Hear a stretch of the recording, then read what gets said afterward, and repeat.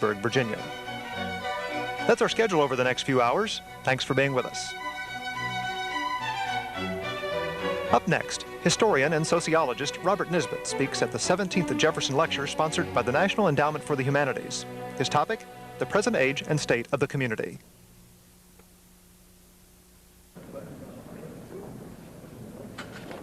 Good evening. I'm Lynn Cheney, Chairman of the National Endowment for the Humanities, and it's my great pleasure to welcome you tonight to the 17th Annual Jefferson Lecture. This lectureship is the highest award that the federal government bestows for intellectual leadership in the humanities. And it's a happy occasion for those of us at the endowment to be able to recognize excellence in these disciplines to which we are devoted. When I'm asked to explain, as I am rather often, why the humanities are valuable, I often speak of the comfort, the solace, the reassurance that these disciplines provide. They link us to other minds in other places. They give coherence to our lives. They are an aid to perspective, helping us, in Matthew Arnold's words, to see life steadily and to see it whole. But the humanities have another aspect as well, a more unsettling one. They set forth thoughts that provoke, notions that challenge, ideas that shake us loose from comfortable patterns of thought. And it is this aspect of the humanities that I suspect tonight's lecturer will illustrate for you. In fact, I think you are going to be amazed at just how provocative this scholarly and courtly gentleman can be. But I'm getting a little ahead of the game, really overstepping my bounds here. It isn't the chairman of the National Endowment for the Humanities that chooses the annual Jefferson Lecturer, nor is it the fine staff of the endowment.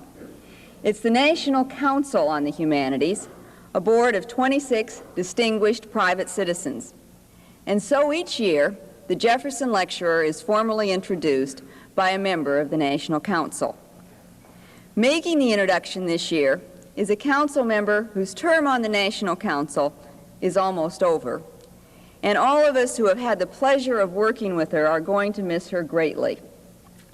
No slouch at the business of being provocative herself, Gertrude Himmelfarb is a scholar of powerful intellect, elegant style, and unfailing wit. The weather around Himmelfarb's work, one critic has written, is one of tolerance, curiosity, engagement, and rigor. Getting to know Professor Himmelfarb and working with her has been one of the greatest personal and intellectual pleasures of my 2 years as chairman of the National Endowment for the Humanities, and so it's a great pleasure for me to present her to you tonight. Here to introduce the 17th Annual Jefferson Lecturer is the Distinguished Professor of History of the City University of New York Graduate School, Gertrude Himmelfarb.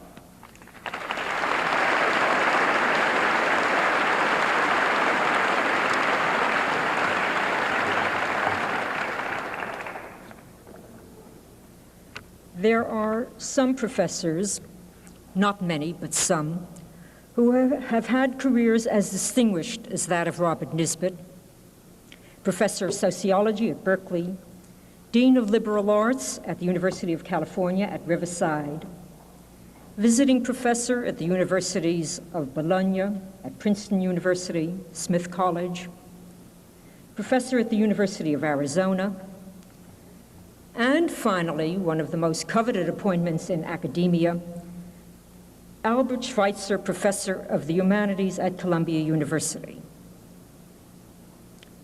There are, as I say, a few academics who have attained similar professional distinctions, but there are far fewer who have had careers as intellectually distinguished as Robert Nisbet's. Mr. Nisbet's 20 or so books cover an extraordinary range of subjects, which is why at Columbia he had a joint appointment in both the history and sociology departments, and could as appropriately have had appointments in philosophy and political science as well. I myself would be hard put to choose among his many books the few that I can bring to your attention this evening.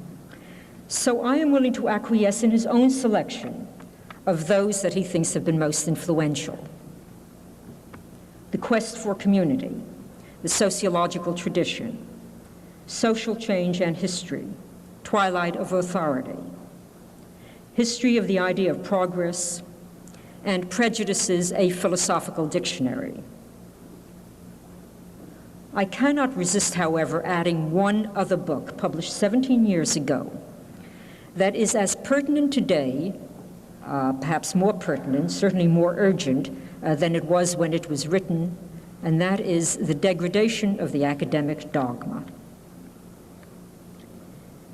These titles give only a small idea of the breadth of thought encompassed by Mr. Nisbet's work, and an even smaller idea of the depth of thought.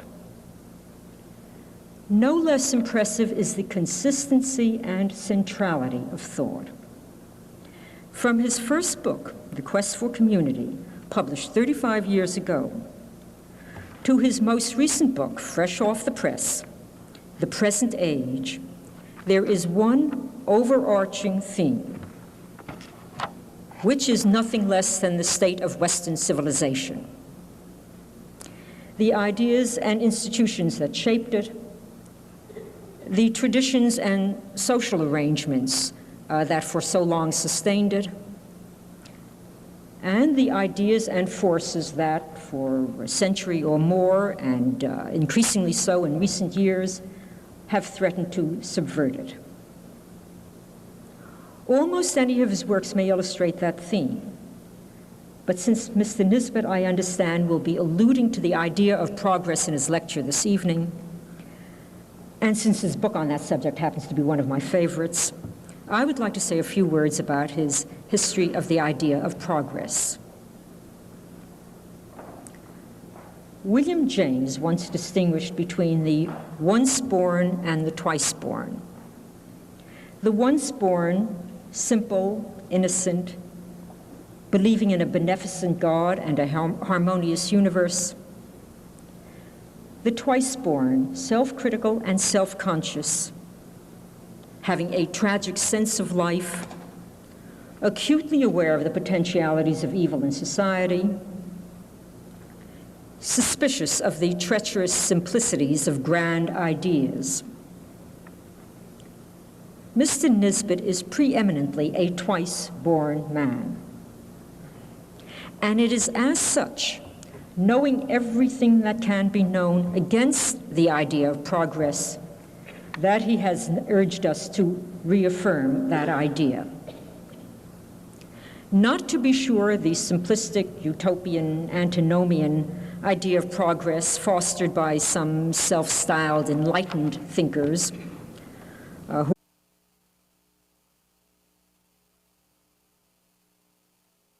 premises. Quote, belief in the value of the past, conviction of the nobility, even superiority of Western civilization, acceptance of the worth of economic and technological growth, faith in reason and in the kind of scientific and scholarly knowledge that can come from reason alone, and finally, belief in the intrinsic importance, the ineffaceable worth of life on this earth. These premises, it seems to me, are central not only to the idea of progress, but to the idea of a humane civilization and a humanistic culture. And it is for this reason I think that they are an appropriate prelude to the 17th Jefferson Lecture in the Humanities, sponsored by the National Endowment for the Humanities. As it happens, this Jefferson lecturer was himself, not so long ago, a member of the Council of the Endowment, which gives an added fillip to his appearance this evening. As an old friend and admirer, and I am happy to say, long before I had the privilege of making his acquaintance, I now have the pleasure of introducing Robert Nisbet, who will speak on the present age and the state of community. Mr. Nisbet.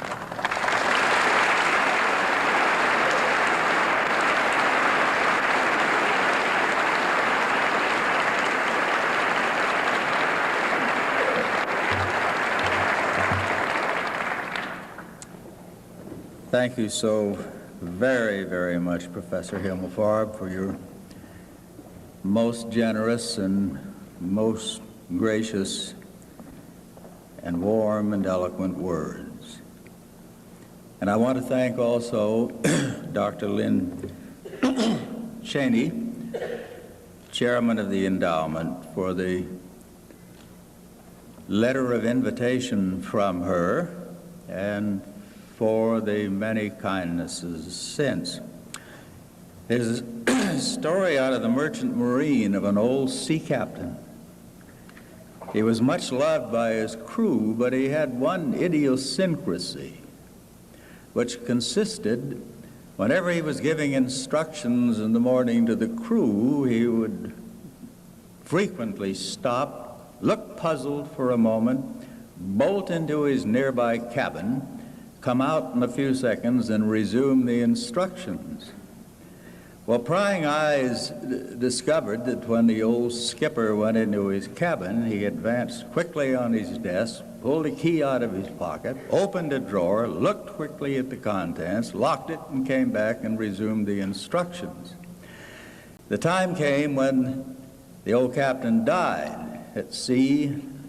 His loving crew buried him, and as soon as he had been buried in the sea, there was one thought on everybody's mind: what was in that drawer? And when they got the drawer open, they discovered a single sheet of paper. And on that sheet of paper were the words, starboard right, port left. And it's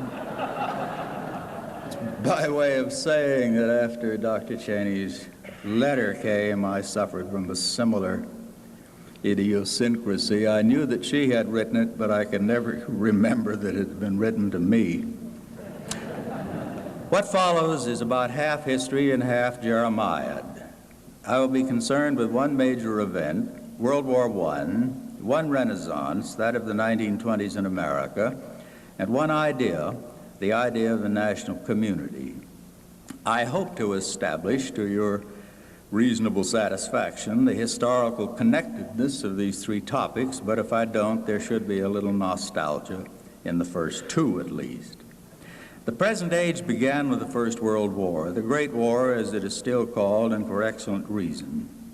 Its consequences pursue us yet. First, the 74 years' war, and still counting, of which the Second World War was an episode, albeit a large one, and possibly destined to become the West's second 100 Years' War.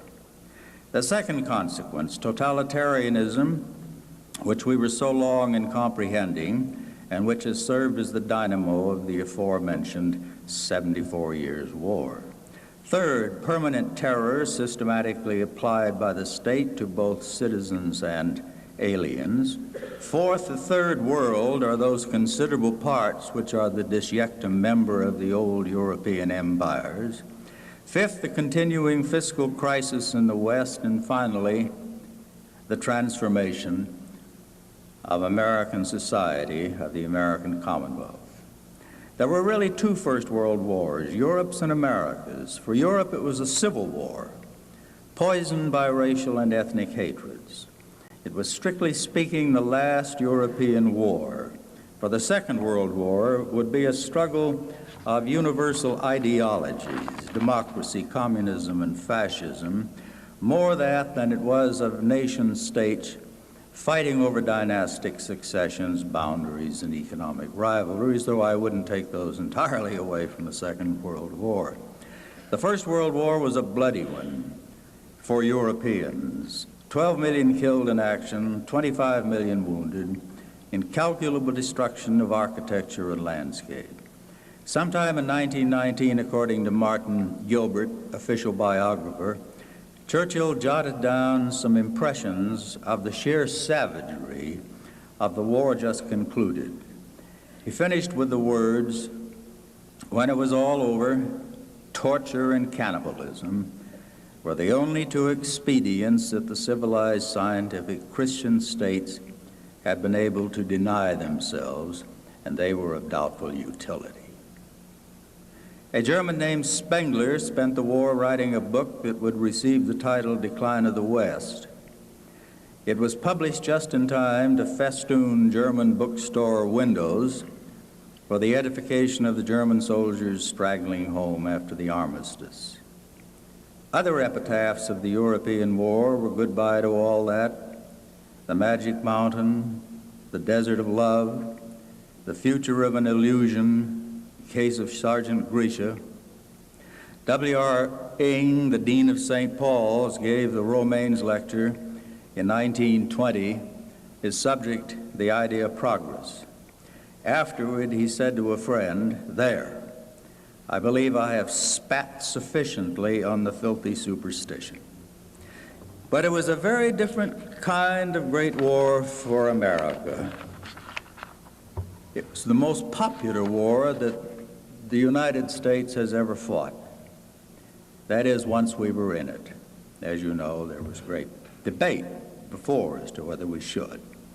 We were in the war for only a year and a half. Our losses were light, relatively, 48,000 killed and 240,000 wounded. Not a shell or bomb landed on American soil. Despite those benefices, the war had a virtually traumatic effect on American society and consciousness. Prior to 1914, America was probably the most decentralized, deployed, and dispersed, and also regional and local a government among all the Western nations. When European scholars and statesmen, including Lord Bryce, who loved America, professed to be unable to find either a genuine sovereign in the American Constitution, they said, "Neither is there a theory of the state." Those are Bryce's exact words. In truth, the average citizen's only contact with the federal government prior to the Great War was through the postman. I recall that the income tax had been ratified the year before, 1913, but most Americans hadn't had contact with it that early in 1914. All this began to be changed on a massive scale once we declared war on Germany in early April 1917. In an extraordinary and unprecedented series of laws, Congress turned over government, economy, social organization, and indeed individual consciousness to the President Woodrow Wilson. Railroads, the telegraph and telephone, the shipping lines, munition factories, and mines were nationalized. A war industry board was given total power over all aspects of production, civil and military. A war labor policies board fixed, ruled labor, and set wages.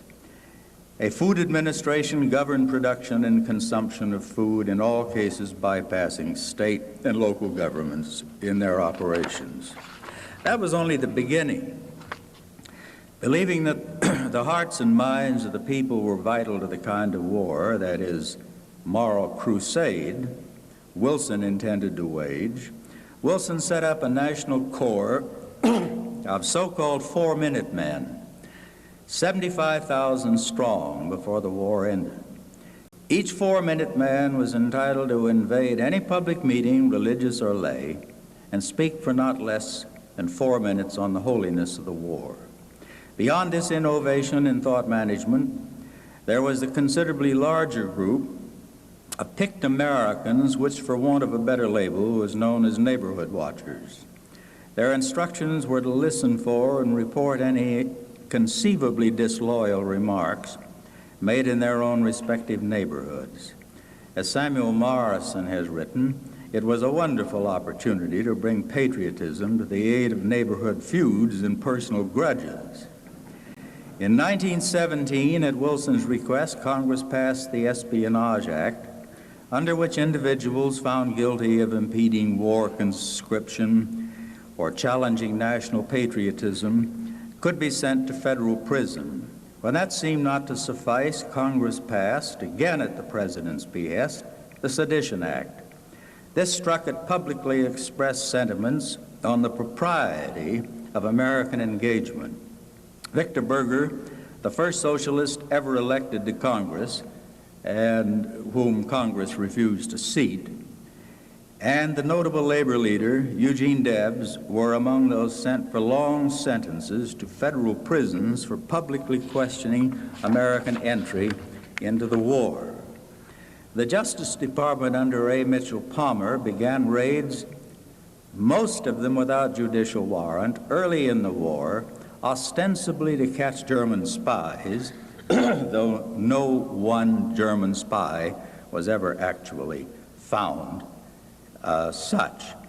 The raids continued into 1920, given justification then by fear of socialists who had perhaps entered the United States among other Eastern European immigrants. Prior censorship of the press was considered but dismissed in favor of powers given the Postmaster General to open all second and third class mail and to instigate charges against publishers and writers deemed disloyal. All over America, in school districts, textbooks through high school were examined for German content, and all such, no matter what its age and innocence of war, was cut from the books.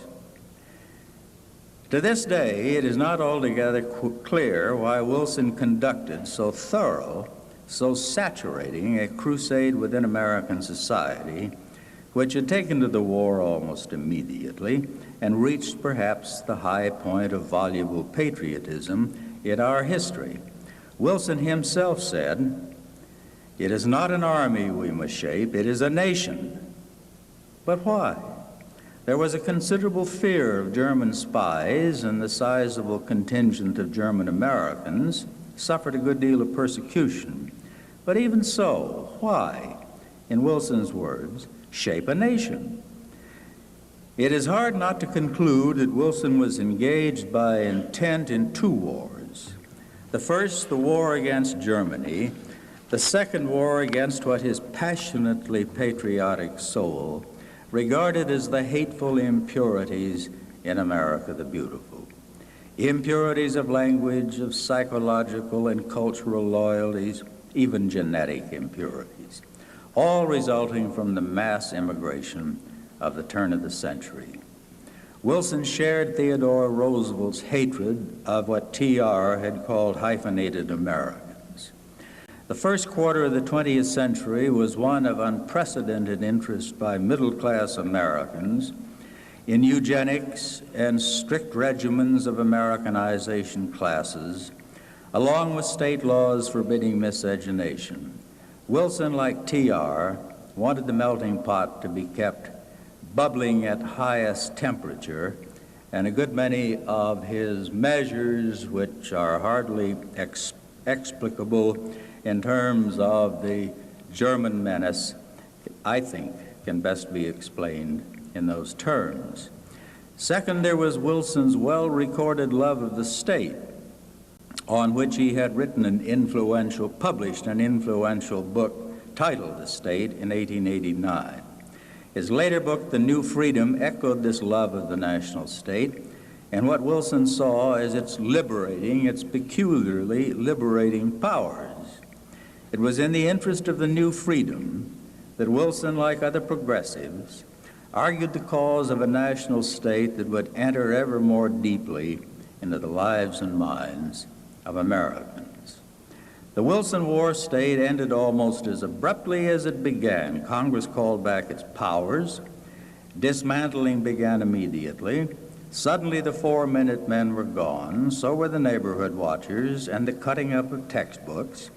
Gone too, thank heaven, were meatless Tuesdays, sugarless Wednesdays, butterless Fridays, and also those ridiculous glass bowls in every respectable parlor in which, for no reason anybody ever seemed to know, the tinfoil of cigarette and gum packages was patriotically saved and flaunted to all callers.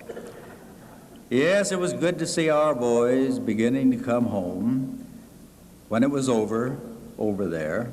It was good to think of the status quo ante bellum returning, that is, normalcy. Fortunately or unfortunately, that status quo never returned to the United States. all pretenses and presidential speeches to the contrary. America had become a nation beyond anything that had existed before, a nation in government, economy, and moral consciousness.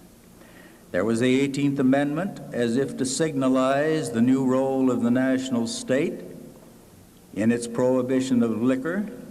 That was in 1919. In the following year came the 19th Amendment, signalizing the loss of states' rights in setting the criteria of voting eligibility, which means the women enfranchisement. Quietly but substantially, the post-war Congress and executive gave much more of itself to activities such as education, social welfare, even crime enforcement, and in the use of the Federal Reserve and the Federal Trade Commission, each of which had been created under Wilson just before the war broke out. In summary, the American people merged with the American national state for the first time in their history. No longer did Bryce insist in his American Commonwealth in the later editions that America had no theory of the state. Moreover, a considerable nostalgia for the war was in evidence by 1921-22. There had been, as one thought about it, some very good things about the war. The economy had yielded high profits, high wages, better working conditions, and virtually full employment. A new kind of individualism had come into being that was not without its delights, an individualism directed not at the central government as of yore, but at such old authorities as the family, church, local community, and the venerable codes of morality. A new informality of dress, manners, and conversation had entered American life. Dress, especially for women, became more experimental. So did the female lifestyle, which could now include cigarettes and cocktails and shorter dresses. Millions of Americans learned during the war what kings and generals had known for countless centuries, that the very military discipline of a war induces a kind of slackness and indifference in the non-military authorities of public opinion and popular manners. The war also had a special flavor of community that was collectively fulfilling. Old moral values grown stale had been reaffirmed and in the process rejuvenated.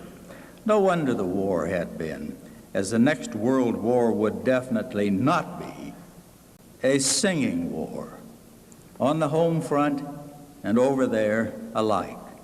It had been a war of parades, rallies, and innumerable picnics. One's favorite Hollywood and Broadway stars sang, danced, and pleaded for bond sales. The First World War had been for many Americans a most welcome surcease from monotony, boredom, from the long littlenesses of ordinary life, as Rupert Brooke put it.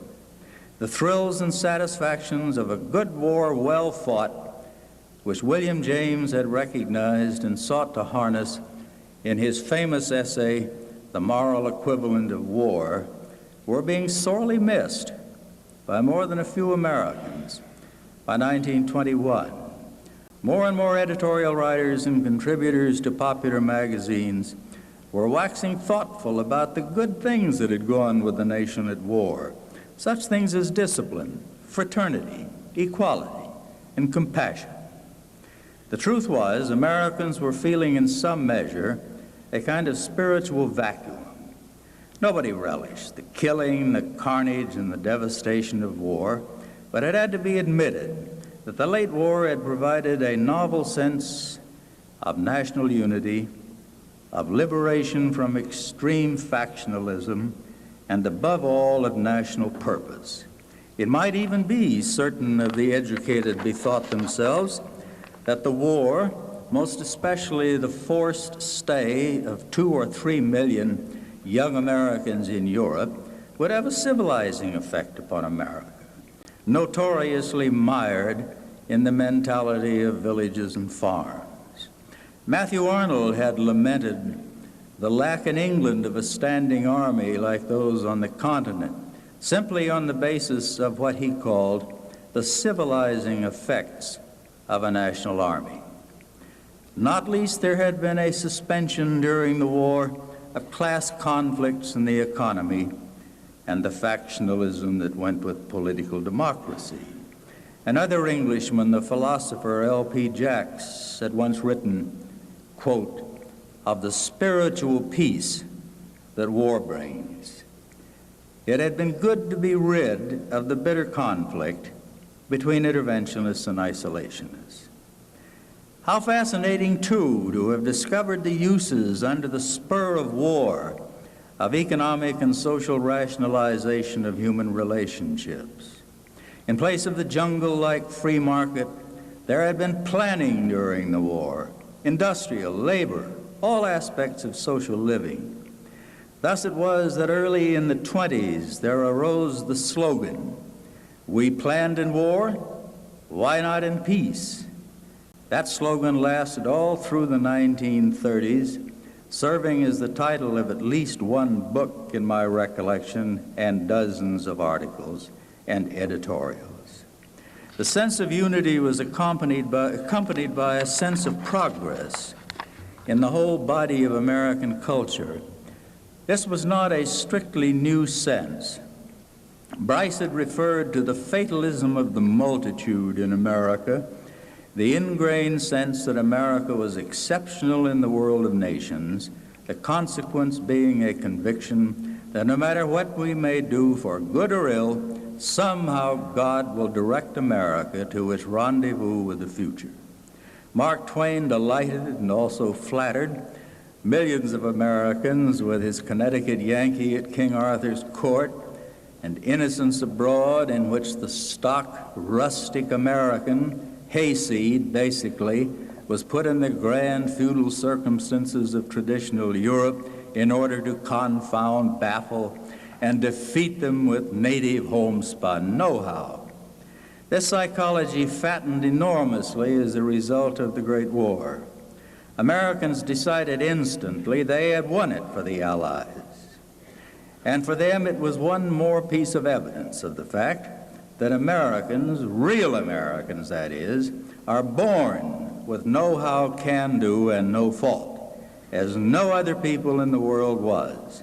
Many an editorial or article in the 20s, or as I can well attest, many a conversation began with the words, "The reason our boys were such good soldiers and able to vanquish the Germans so quickly is..." There would follow explanations ranging from 2020 morality to the alleged fact that all American soldiers came off farms where there had been plenty of fresh milk and butter, squirrel rifles to make each of them experts at 10, and the capacity to repair anything mechanical with a hairpin. Magazines like the Literary Digest, I hope somebody else in the room remembers the old Literary Digest, the Saturday Evening Post, Collier's, Everybody's, McClure's, American, and the Review of Reviews, all widely read and influential in the 20s, carried frequent articles illustrating the progressive character of the American nation and the sterling qualities innate in each and every American, qualities making for almost effortless superiority when it came to the fuddy-duddies of Europe and the benighted heathen of the Orient. All of this would be, and would have been at the time, nothing more than a harmless, naive national conceit, but for one overpowering fact. Americans at all levels took it seriously. Thus, from the conceit and utter untruth that the American soldier, with but a few weeks of hastily organized, precarious field training behind him, outfought the European soldier and single-handedly won the war for the Allies, out of that came a military indolence that found us as badly prepared in 1941 as we had been in 1917. 2 full years after World War II had begun in Europe. But the idiocy of belief in Native American know-how and can-do, together with no fault, is far from limited to our military consciousness. We see it in our system of public education, which until a couple of decades ago was automatically deemed by every honest-to-God American as the finest educational system in the world. In our manufacturing of automobiles, semiconductors, and weapons, and in the whole cult of the amateur, not least in national government and politics, where the alleged interest in the presidency, and I'm citing figures alive at that time, where in the alleged interest in the presidency, a small-town newspaper publisher was thought to qualify, a manufacturer of automobiles in Dearborn received petitions signed by millions for him to drop what he was doing and be the president. There are so many instances of the cult of amateurism, as I call it, in which we Americans, under the conviction of innate know-how, can do, will be thought running a candy store to being an overnight senator or president. The conjunction of the idea of national community and national progress was rich in symbolism to both the intellectual and the ordinary American. On many an office and living room wall hung the familiar, "Don't knock progress." In newspaper editorials, "You can't stop progress" was like something from the Ten Commandments. People were permitted a few tears when the bulldozer crumbled some architectural gem or ravaged a bosky hillside, but not too many tears. Progress must go on. The French, doubtless to pay off some of their war debts, exported a lay religion known as Couéism in the United States in the early 20s. The core liturgy was the repetition dozens of times a day to oneself, "Day by day in every way, I am getting better and better." But how can you get better if you are born with know-how and can do? No one waited for an answer. But as if to confirm intoxication with progress, came in the 1920s an authentic cultural renaissance. The union between war and renaissances is neither common nor uncommon in history. Before the greatness that was Greece came the Persian Wars, the grandeur that was Rome, the Punic Wars. In the Italian Renaissance, the true Renaissance man was as adept in war as in art. There is nothing even probable about these conjunctions and sequences. The religious wars in Europe, the Civil War in this country, and in Vietnam brought little, if any, cultural upthrust. The 100 Years' War plunged Europe into a cultural barbarism it hadn't known since the early Dark Ages.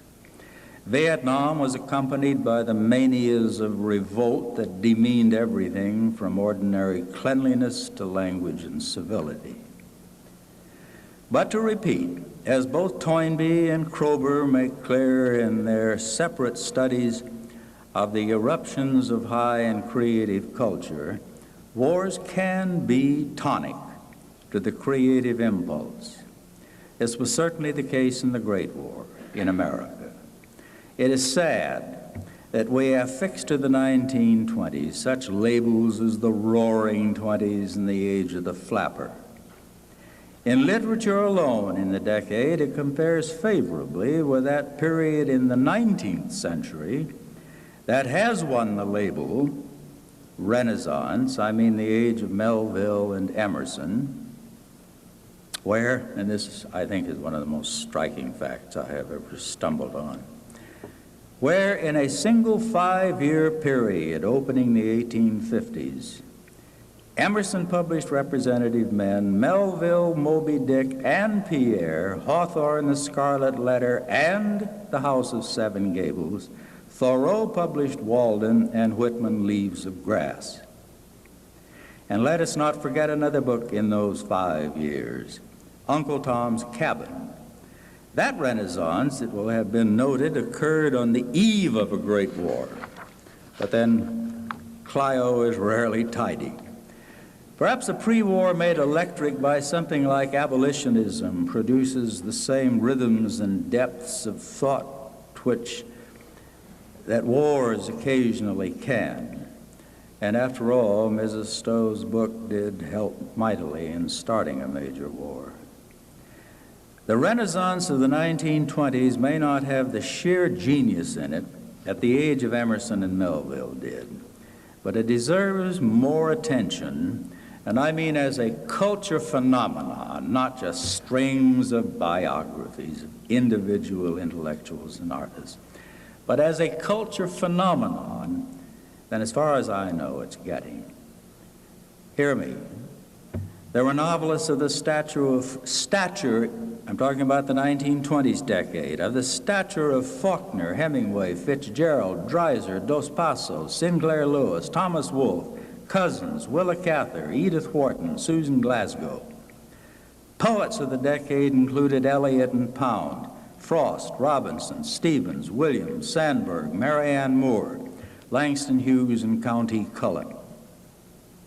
Critical essayists included Mencken, Edmund Wilson, Honegger, Paul Elmer Moore, Van Wyck Brooks, Knock, Robert Penn Warren, John Crow Ransom. In drama, there was O'Neill. But it was not literature alone. The 20s Renaissance soared in 2 art forms, the only 2 art forms that America has ever resplendently exported to the entire world. First, music, that is jazz, and second, the film. These swept the world within the decade, and the names of Griffith, Chaplin, Swanson, Pickford, and Barrymore are still icons, as are the names of Gershwin, Jerome Kern, Irving Berlin, Cole Porter, Ellington, Armstrong, Teagarden, and Bechet. The 20s was the decade, too, of the inauguration of America's civil religion, that is, spectator sports. Its heroes, Ruth, Dempsey, Grange, Tilden, Jones, Wills, and Ederle, still evoke a certain reverence. Perhaps the greatest of all athletes, male or female, Babe Didrikson, was in high school in the 20s getting ready. Every bona fide Renaissance in history has representation from foreign vintages among its intellectual wines. The 20s was the period of the reception in full body of Einstein, Marx, and Freud. In no time at all, conversations among intellectuals were studded with relativity, Oedipus complex, and class struggle. Without doubt, the American idiom was affected by these intellectual imports. It remains an interesting question, though, whether they did more to the American idiom than it did to them. Think of Marx cowering today among deconstructionists at Duke or Yale. Freudian tragedy reduced to the farce of therapeutic social activism and/or permanent orgasm.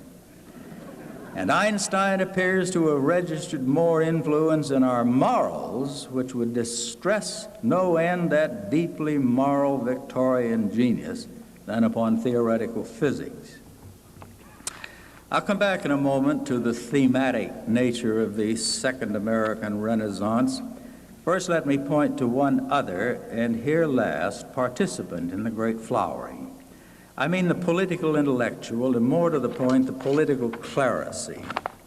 A clerisy is a body of intellectuals which may include philosophers, journalists, hierarchs, Gnostics, mandarins, and so on, that surrounds some one major institution. The patriarchal family in the Orient, the Confucian and Neo-Confucian clerisy. The church in the Middle Ages, the political state in modern Western history. The mark of a clerisy is not in any unanimity of mind on creedal and doctrinal matters.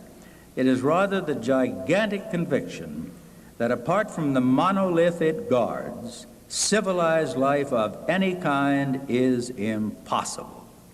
Hence the scrupulous and minute custodianship of the individual in the Middle Ages, when the communicant's life was under the inspection of the church from cradle to grave.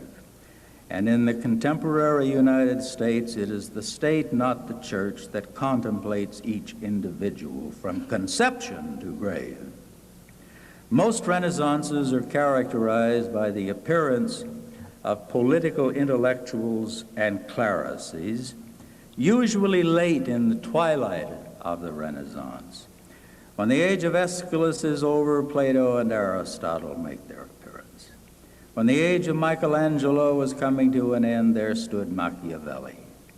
The end of the great age of Shakespeare was signalized by Hobbes astride Leviathan.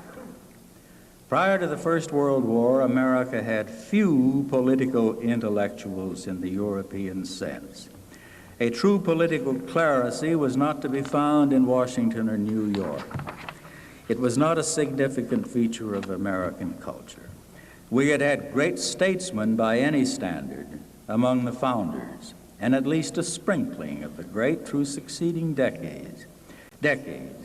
But a clerisy, in the sense of a class of intellectuals devoted to the American national state and its enhancement, hardly preceded the turn of the century. Progressives, the 20th century progressives, and their real interest was efficiency, whether in industry, national forests, or government, or where. Wilson was a one-man clerisy, both before and during the war. His book, The State, and especially his The New Freedom, written 1 year before the war broke out in Europe, established him securely as a political intellectual in the European sense. He was passionately in love with the American nation and equally passionate about the prospect of America reforming the world, of giving the underprivileged nations an American illumination. He was a proud neutralist as long as he could believe that neutrality would give America the best opportunity for world leadership afterward. When in 1960 he began to believe himself wrong in that strategy, he became an overnight interventionist, distrusting even England and France so far as his belief in their knowledge and feeling for democracy was concerned.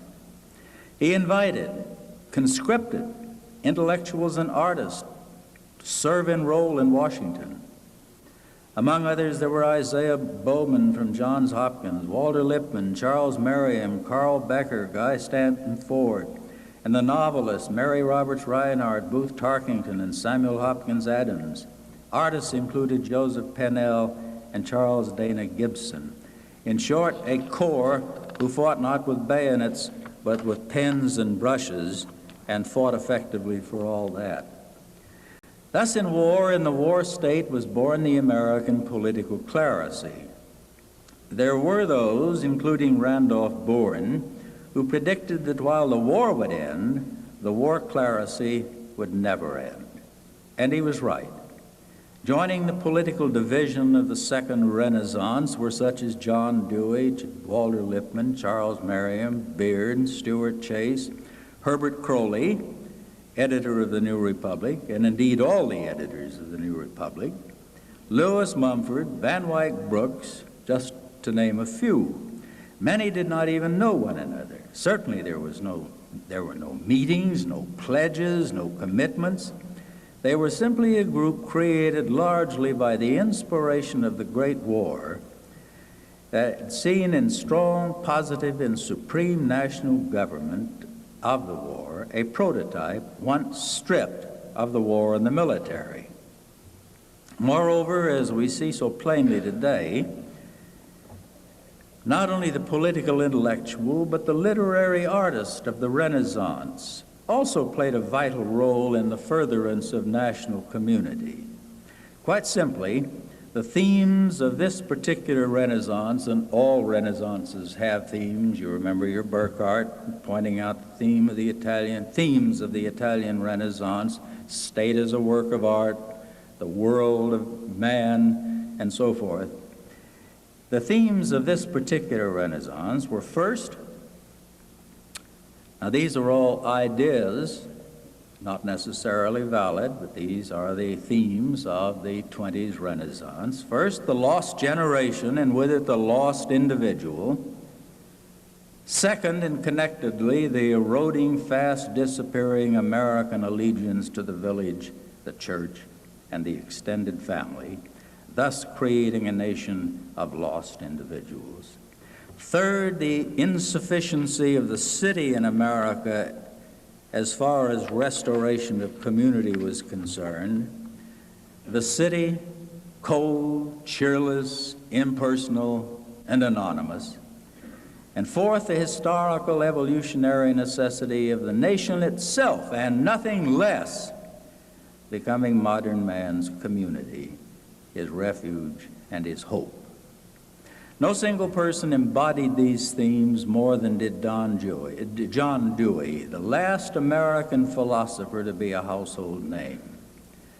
Dewey was obsessed by community all through his life.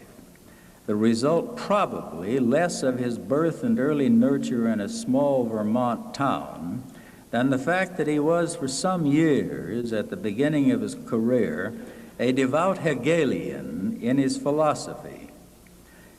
Once a Hegelian, always a Hegelian seems to be a reasonable lesson of intellectual history. And although Dewey did indeed become America's supreme pragmatist, the Hegelian canon of community never left him.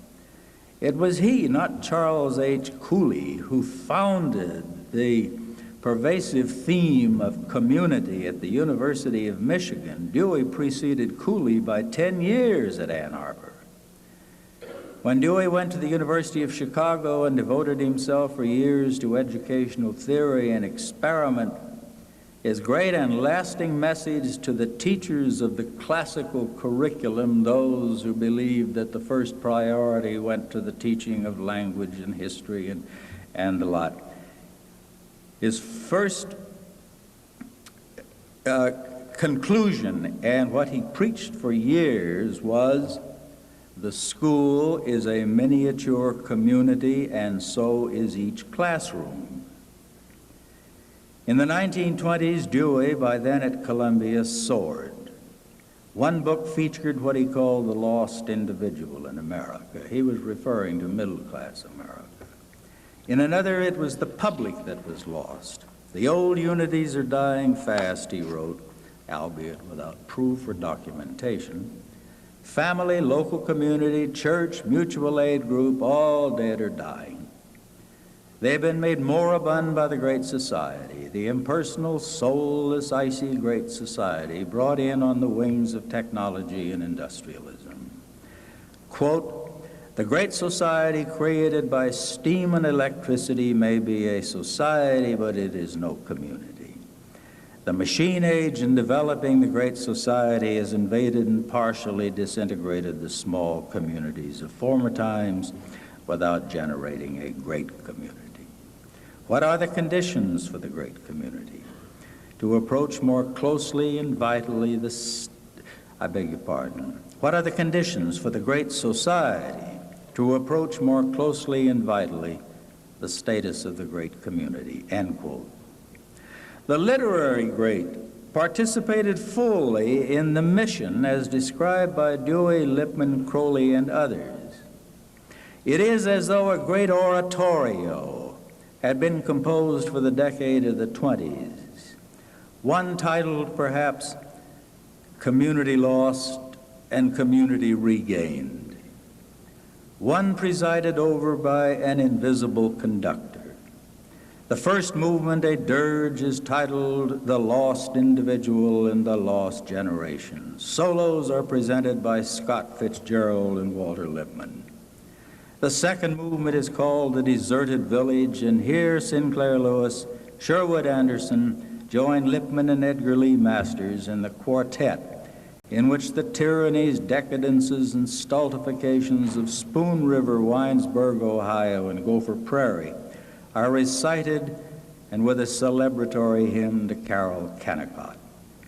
Then comes the drear and chilling movement, the City of Dreadful Night, with its cruel exploitation and icy impersonality and perpetual death of the soul. Here we may imagine Theodore Dreiser as the soloist, aided by a special chorus of the University of Chicago Department of Sociology. Finally comes the grand concluding movement, joined in by all, the ascension, the annunciation, the soaring, thrilling finale to the great community, the national state. It makes a great oratorio, all right, but since when have oratorios been the serious social philosophy, social science, and public planning that a commonwealth must in the long run depend upon? Was there, in fact, even the slightest empirical basis for the philosophical, literary, artistic, and journalistic themes of the 20s? Not much. But the power of an ideal type or stereotype is enormous. A stereotype is a half-truth, but like a half-brick, it can be thrown farther. And we should never forget the power wielded by the writing classes over the reading classes. Came the Depression in 1930, but the themes of the Renaissance persisted as Renaissance themes usually do in history. The idea of the great community had been born of war, nurtured in prosperity, and would now receive its toga virilis in another great war, this one Roosevelt's war against the Depression. There was no theory in the New Deal which makes idle all efforts to connect it with Keynesianism, Fabianism, or any other imported ism. In practical operational terms, FDR's New Deal structure was largely based on the exhumation of World War I structures, with adaptations thereafter in unending procession. The spirit of the New Deal's NRA, shortly to be ruled unconstitutional, was a resurrection of Wilson's War Industries Board. Wilson's National Labor Policies Board became FDR's National Labor Relations Board. The World War I Food Administration, which had ruled over both agricultural and food processing matters, came to life in FDR's AAA. Even some of the actors were the same. Hugh Johnson, who had run the draft under Wilson, ran NRA under Roosevelt. Bernard Baruch and Herbert Bayard Swope were among the considerable number who directly served the Great War and also the New Deal. The political fallout of the Great War and also the Renaissance was to be seen from the beginning in Roosevelt's administration. I am much indebted here to William Schambra, AEI scholar, for pointing out the skill and its sensitivity. This was in a paper of his several years ago. The skill and sensitivity with which FDR rang changes on both war and community while combating the Depression. In his first inaugural, he likened himself to a commander-in-chief leading, he said, a trained and loyal army. That is, the American people.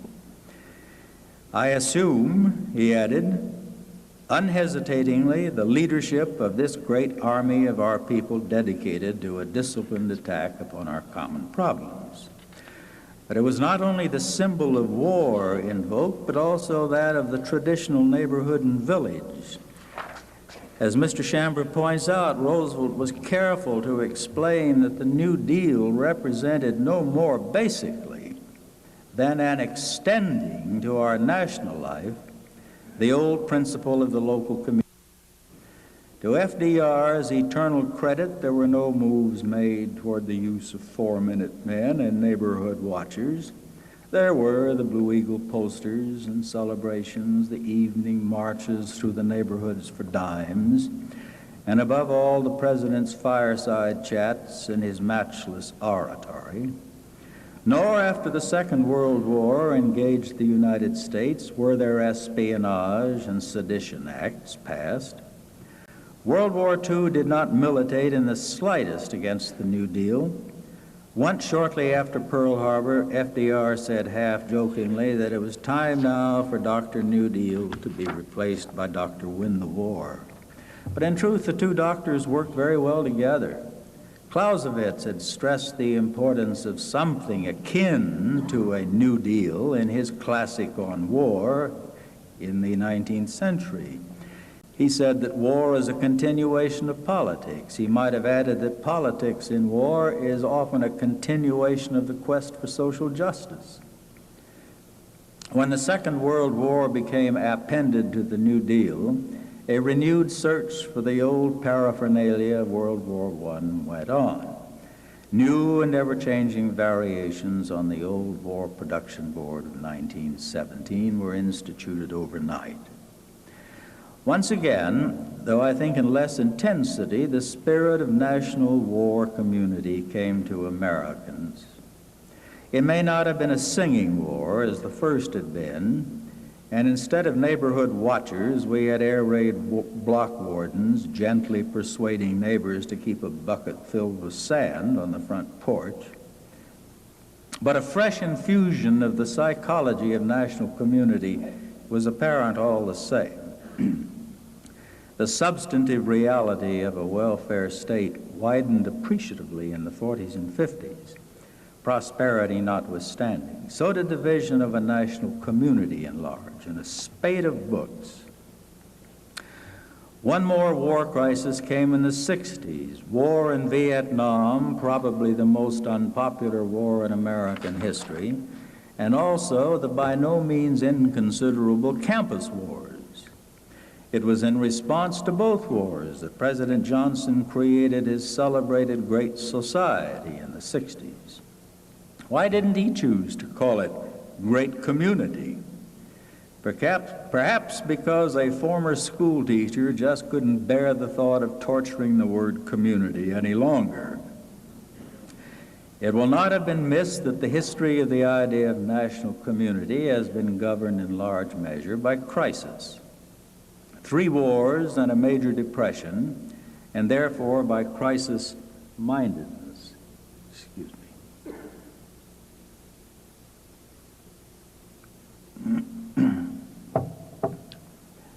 So far as human thought is concerned, crisis has its value.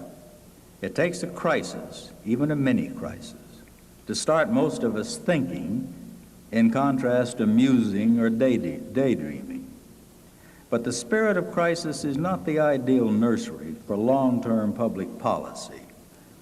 Projects planned in times of war crisis tend to take on the centralization and nationalization of war. Tocqueville said, "Men who have a genius for centralization like war, and those with a genius for war like centralization."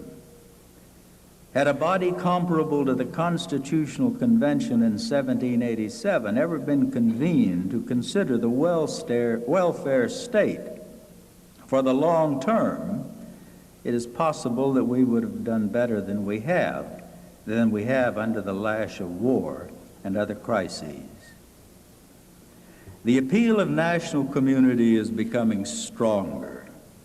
It has inherited and gone beyond the luster that once attended the phrases planned economy and welfare state. Community has strong resonances. In his now famous speech in San Francisco in 1984, Governor Cuomo called for not simply a national community, but a national family.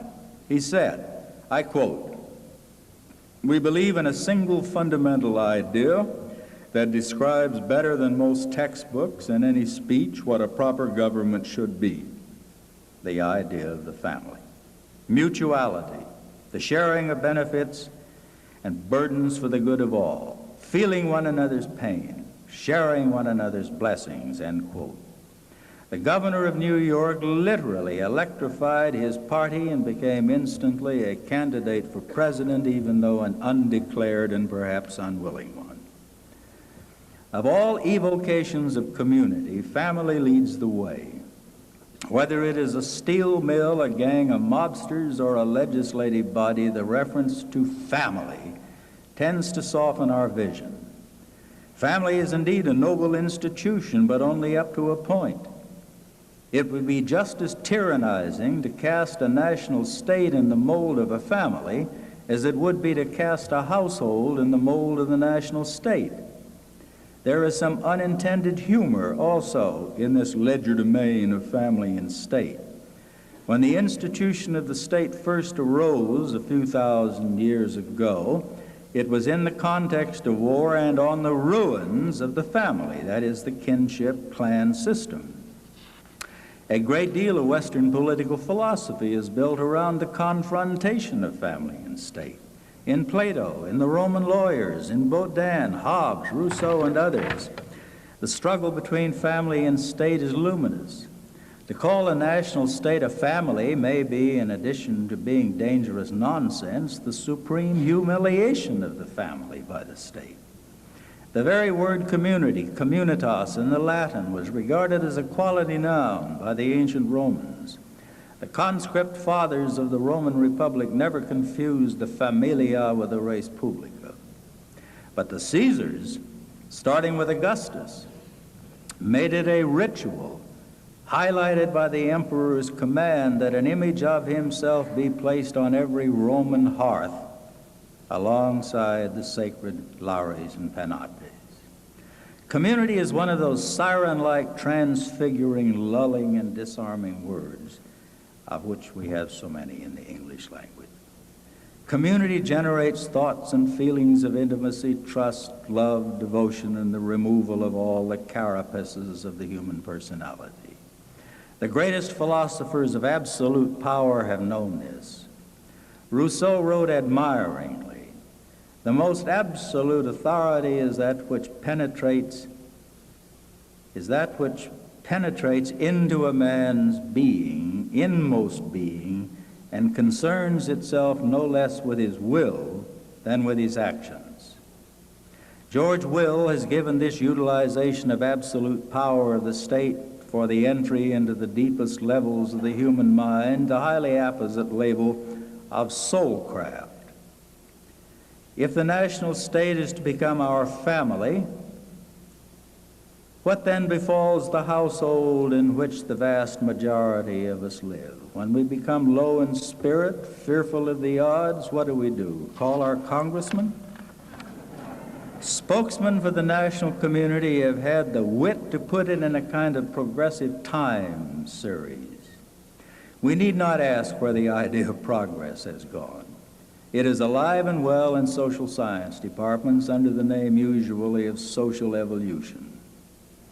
The communitarians take a leaf from Karl Marx's book. Marx knew it was better to present socialism as inevitable than as merely nice.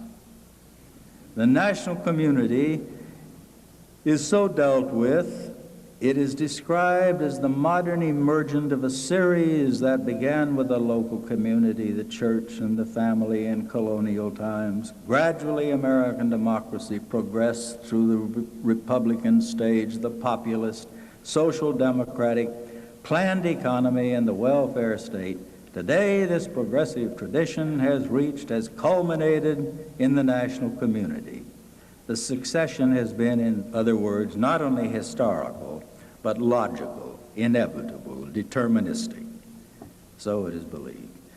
The utility of the purported developmental or progressive series through time is that certain unmistakable elements of the social present, such as local community, church, and extended family, may therefore be labeled as obsolete, as mere survivals, wraiths, or ghosts of a departed past.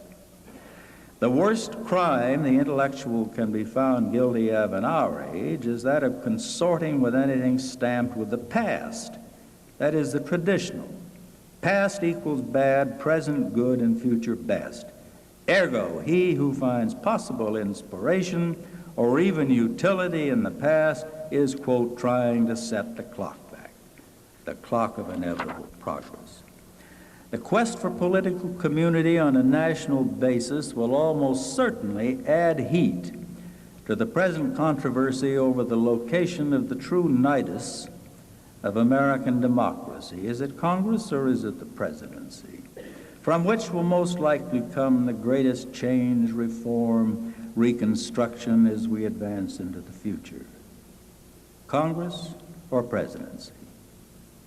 But as Robert Bork has been pointing out for some years now, a third contender has entered the lists of those concerned with legislation, to wit, the federal judge, the activist federal judge. The ostensibly interpretative becomes so easily the legislative, as Bork has been pointing out for years. Unlike the legislator or executive, the federal judge is able to rise above the necessities and compromises inherent in the political process. He does not have to run, neither does he serve a visible constituency. He is endowed with life tenure from the very beginning. He is not burdened with political responsibility. His powers are great.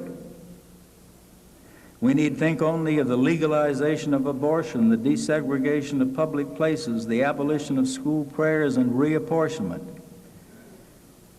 These acts are inherently, it would seem to me, essentially legislative concerns, irrespective of whether we find them all good or whatever.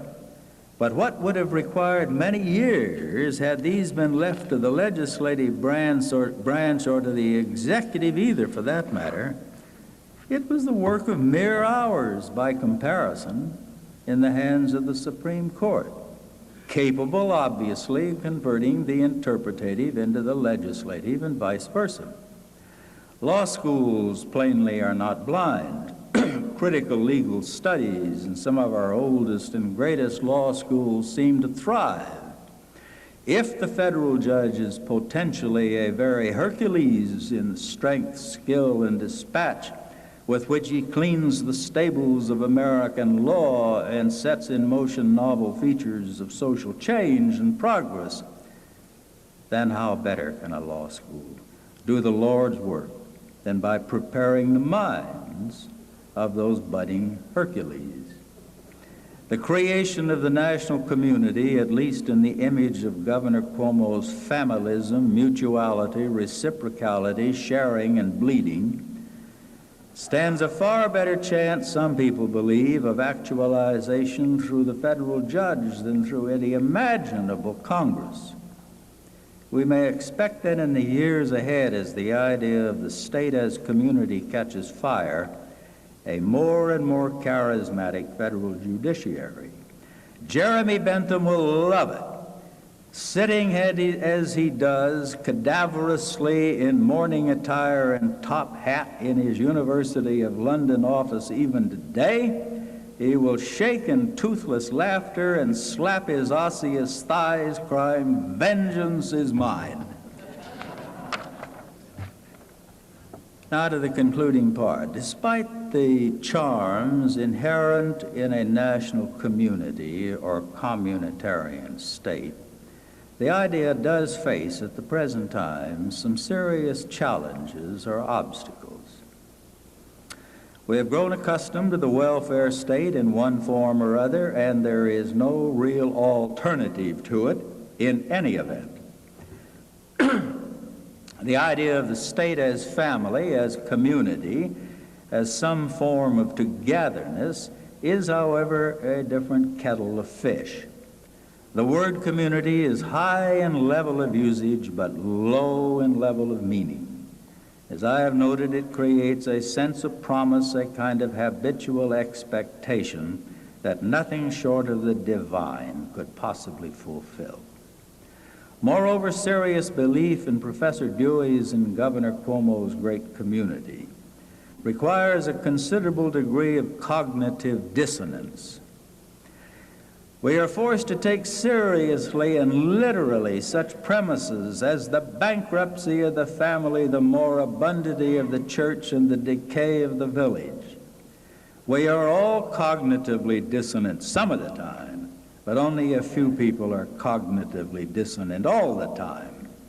The blunt fact, the emperor has no clothes on fact, is that by any simple process of verification or recourse to observation, the church is stronger than it has ever been, certainly stronger and broader in appeal than it was in the days of the founding fathers. There are indeed sectors of our society in which the family tie is absent or close to it, but no sensible people legislates for its total population on the basis of assumptions which are correct for relatively small minorities. Despite the wraiths and ghostly presences which the Robert Reichs and the Robert Bellas write about when they consider religion and kinship in current society, these two institutions are very strong, and we neglect them in our planning at our own peril. And so far as the village or town is concerned, if it too is a corpse awaiting burial, what were 3,000 journalists doing last winter, tramping through the snows of Iowa and New Hampshire, and then the sunny South? That's a first point to make. Very few people are constituted to live in cognitive dissonance all of the time. The same holds with respect to the 50 states and the cities and towns within them. Back in the 20s and 30s, intellectuals were prone to ape their French philosophe forebears and draw pictures of governors and mayors with donkey heads. Public administration as a career or as a curriculum in graduate schools was scaled pejoratively to these areas. Those who could went into federal administration, those who couldn't, state or local. The New Deal mentality scorned the intermediate, long-existent structures of states, counties, and cities, preferring to create overnight alphabetical agencies specially designed to cut through or ignore intermediate bodies of authority and function. There was also, yet another instance of dissonance, the superstition that national administration is somehow cleaner, less prone to corruption, nobler, more rational and scientific than administration in states and towns. Well, there couldn't be very many Americans after the last 50 years who believe that nonsense anymore. A recent Brookings Institution study of 14 selected states over a period of years has found a health and buoyancy in their respective state governments greater, not less, as a result of federal revenue sharing and other forms of federal deployment. Far from hoarding the revenue to meet the demands of balanced budget each year, the money has gone, Brookings observes, to services on a generally high level of efficiency and imagination, social, cultural, education, and recreational. There certainly needs to be national planning, national participation in social problems. But there is a vast difference between the planning that proceeds on the basis that the intermediate groups are moribund and the planning that sees them as continuing, viable realities still close to the hearts and minds of their members. Another difficulty the ideal of national community faces is the specter of bureaucracy. It is disingenuous for the Cuomos to talk of America as a family based on mutuality, sharing, compassion, and the like, without a word or two on the absolute, unavoidable, and ever-expanding federal bureaucracy. It is easy to imagine disillusioned citizens saying, "You promise community, but give us bureaucracy." As a people, we Americans are habitually Janus-faced about bureaucracy. We like what it can bring, but loathe bureaucracy itself. Damn to bureaucracy is one word. We are just like an inverted cargo cult. We are glad to receive the cargo, but instead of praying to the distant cargo ships, we revile and curse them. Max Weber called the creeping bureaucracy of his day an iron cage filled with robots. Marx declared it an appalling parasitic growth. Tocqueville called bureaucracy the despotism democracies have most to fear. But for the apostles of national community, all this, like all the dissonant understanding of intermediate groups, dissolves into the lovely haze of rose-tinted glasses. The evil and danger of thick, heavy, congealing national bureaucracy is not that it threatens to become totalitarian in the Soviet or Nazi sense. No such totalitarianism has come into existence except on the basis of armed revolution and immediate affliction of terror. The evil and danger of bureaucracy are inseparable from the strangling, suffocating, enervating effects it has upon even the strongest and most vigorous minds. The alleged virtues of the family, village, and church become, when catapulted into a burgeoning bureaucracy, hollow, sterile mockeries of themselves. And it is fair to suggest once more that efforts to make the national state, or any state, in the image of the family or the village are as destined to bathos as would be efforts to make the family in the image of Pentagon. Finally, a marked change has come over American political and social thought during the last 15 or 20 years.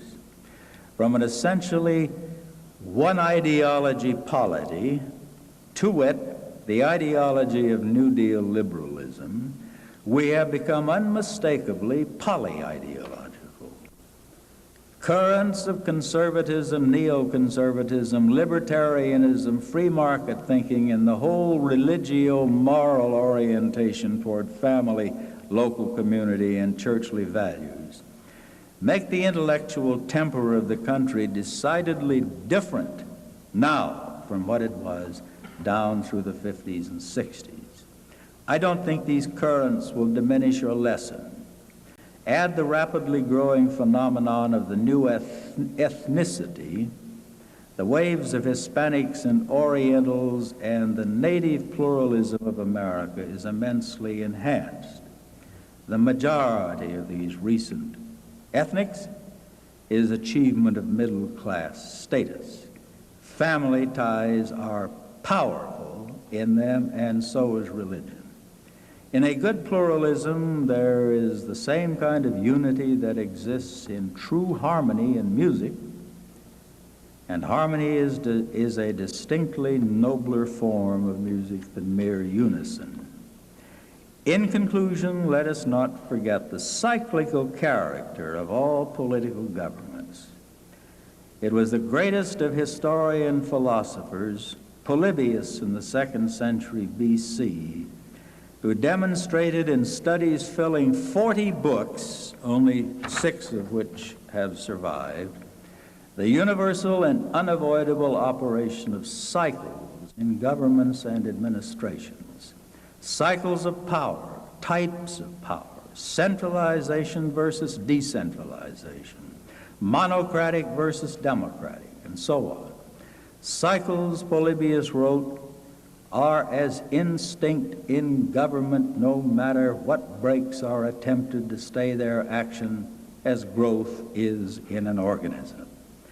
But, he said, looking at his cherished Roman Republic, then incomparably the model for the Mediterranean world, a truly mixed government can postpone eventual decay and decline. Postpone, not eradicate cyclical change of decline and decay, as well as genesis and development. Polybius saw a long future ahead for the Republic as it existed 2 centuries before Christ. In fact, the Republic survived a little more than 1 century before being swallowed up in the empire of the Caesars. Perhaps we shall do at least as well by faithfully applying Polybius's counsel on recognition of cycles and the advantages of mixed government, perhaps. But it wouldn't hurt to look up a poem written by one of the lesser poets of the 1920s Renaissance, lesser but still coruscating, one Arthur Gitterman, a poem in the form of a prayer to the God, to the God that looks out for children, fools, drunks, and the United States of America. Thank you.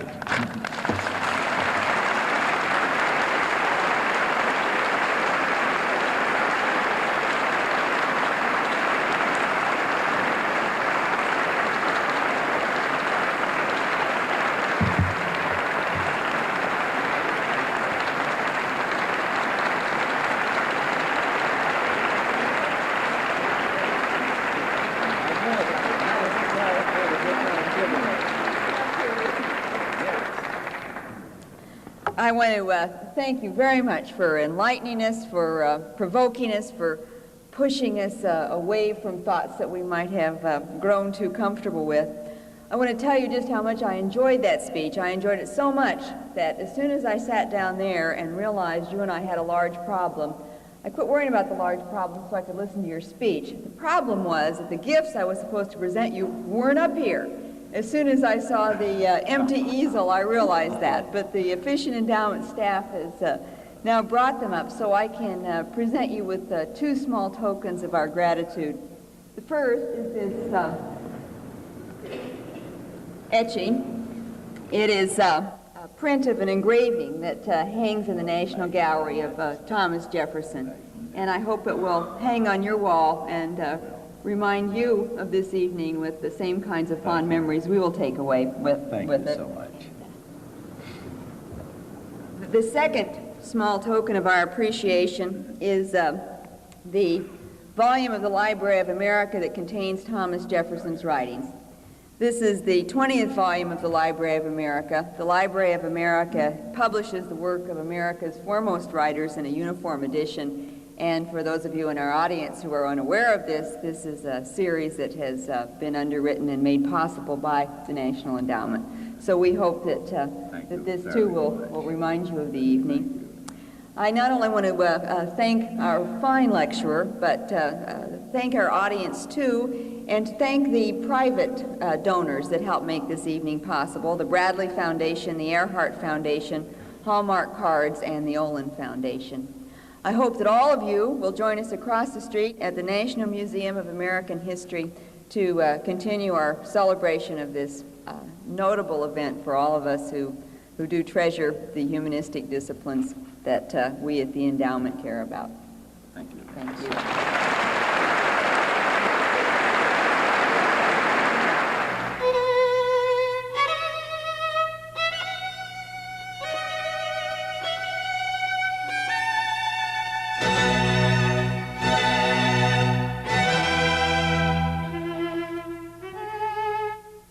If you'd like more information on this program, you can contact the National Endowment for the Humanities at 1100 Pennsylvania Avenue Northwest, Washington, D.C. 20506.